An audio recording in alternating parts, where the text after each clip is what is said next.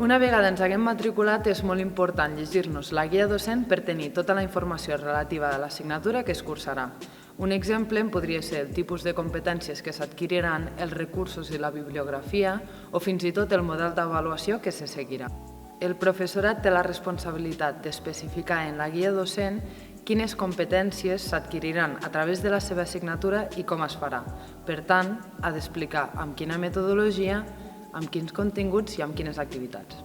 És molt important llegir la guia docent de l'assignatura. Com el nom indica, es tracta d'una guia que et dona tota la informació relativa a l'assignatura. D'una banda, les guies docents tenen una gran importància com a instrument d'orientació a l'alumnat, alhora que són un compromís per part de cada professor o professora sobre el desenvolupament del procés d'ensenyament-aprenentatge de cada assignatura. La guia docent funciona com a contracte programa que el professorat estableix amb l'alumnat i suposa, per tant, un compromís entre ambdues parts, ja que la informació continguda en la guia docent obliga tant a professors com a alumnes. Per tant, a part d'un indubtable valor didàctic com a guia, també constitueix un instrument de referència davant qualsevol discrepància que pugui sorgir al llarg del procés. Dins de les guies docents hi podem trobar la informació general de l'assignatura, com per exemple si és obligatòria, optativa o el nombre de crèdits teòrics i pràctics. Important, cal recordar que cada crèdit correspon a 10 hores de treball. També hi trobem els professors i professores que la imparteixen.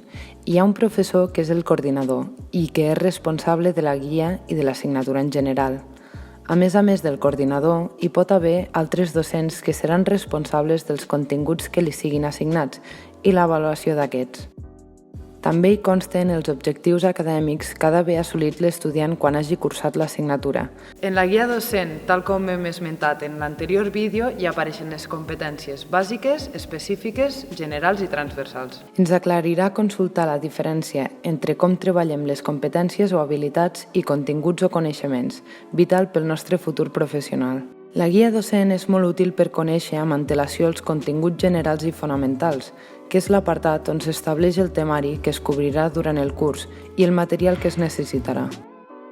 També hi consten els eixos metodològics, que són el tipus de classes i activitats que es fan anar per tal que l'estudiant assoleixi els objectius establerts.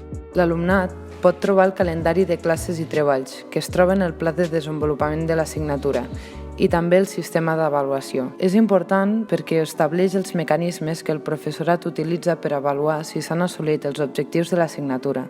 Finalment, la bibliografia i recursos d'informació, que figuren en el llistat de referències bibliogràfiques, webs i altres recursos que els estudiants poden consultar per tal d'ampliar els seus coneixements. Per tant, es recomana consultar-les abans de l'inici de cada assignatura i revisar-les en cas de dubte.